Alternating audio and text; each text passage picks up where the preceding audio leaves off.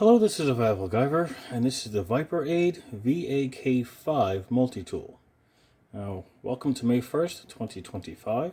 It's the first video in a series of, well, a lot of them this month. So I'm starting off with a really capable multi-tool. That's actually a pretty good price. So this is made by Viperade, however you pronounce it. I've been carrying this for about 8 weeks now. Actually, I had to check my channel to make sure I didn't do a review of it already because I've had it for so long. So this is an interesting thing. So the VAK5, and then I have no idea what's going on with the rest of the numbers underneath it. If that will even show, I'm not sure if it will. So there's 5 tools in this, and they're actually pretty easy to go through. I'm going to go through them shortly. And if you looked at the thumbnail, you'll see that it's kind of cut in half. So I will show you how that works in a little bit. First off, I want you to know it's a little on the heavy side. It's 6 ounces. But since you're able to split it in half, or actually in thirds, it's really 1/3 and the other one will be 2/3. It'll make it a little bit lighter to carry if necessary. So, pretty thick multi-tool. It's nice and rounded. This is the only edge that might be considered a little sharp. I mean, if you sharpen it up, it'd definitely be really sharp, but that's the only one that probably bothers me a little bit. Everything else is pretty much rounded except for the glass breaker at the end here. Got a pocket clip.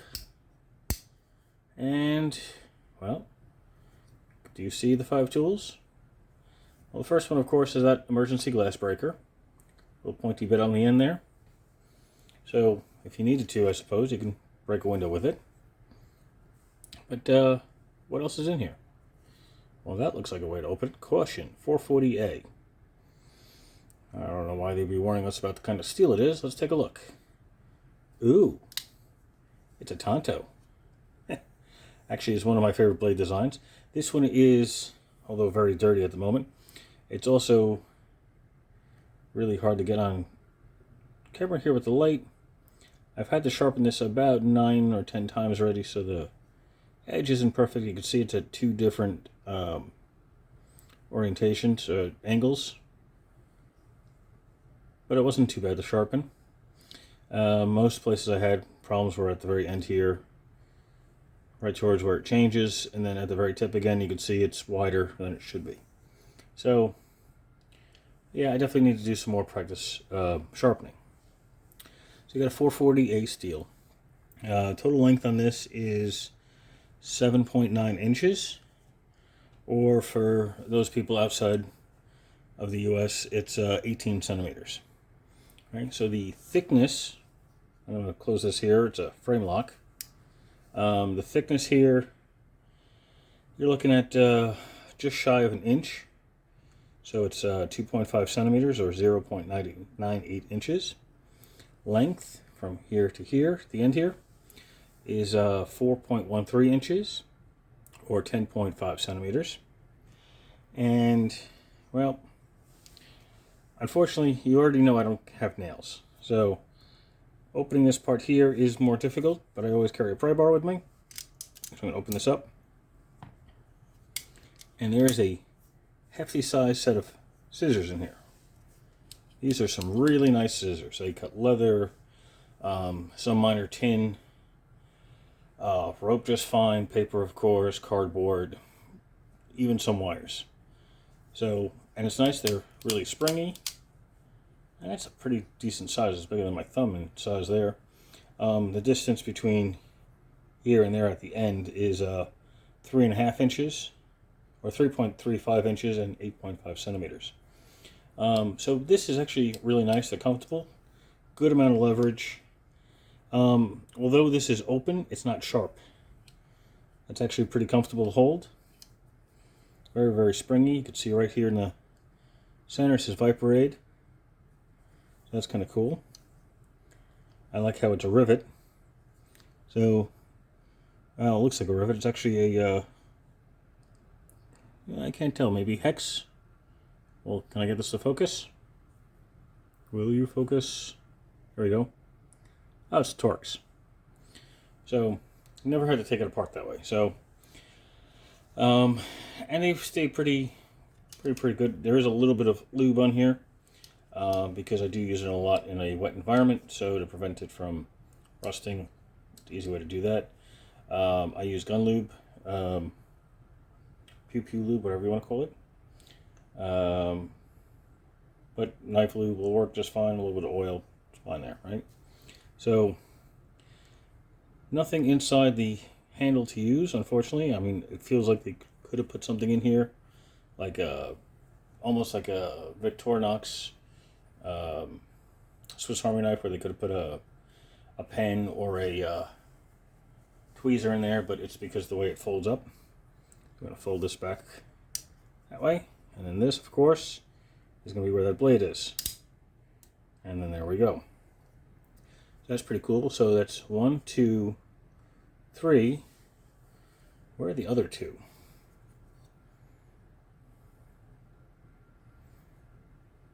Oh, there they are. Okay, this is actually the only thing I don't use on here. There's 2 screwdrivers in here. There's a, see if I can get this to focus again. There we go. There's a Phillips head, or cross head, whatever you want to call it. And there's a flat head. So they do lock. Everything in here locks. If you can see right here, there are 2 liner locks, and you'll see how they pop out. It's a pretty aggressive lock. And of course, you just have to press it forward, which I can't do at the moment because it's hard for me to do with one hand. But that works. Now, I think that they could have done this better. They could have put like a bit driver, a 1/4-inch bit driver, and you could put your own bit in there then, and then you'd have a huge amount of possibilities if you had like Torx or whatnot. But these come over really far, so they're decently tensioned. So they're decent locks, but they're a bit aggressive. I still think a 1/4-inch bit driver would have been a preferred choice, because you can do a lot more with it. So there's your 5, right? So you got 2 screwdrivers, a knife, a scissor, and a glass breaker. So how did I separate these? Well, these have a neat trick where, if you can see here, there's a little lock button. If you press down, it's a soft button there. You press down and pull this side towards you, it unlocks. So that's kind of cool. So what does that allow you to do? Well, now you have the knife by itself with a frame lock, right? And now you also have the screwdrivers, the glass breaker, and the scissors by itself.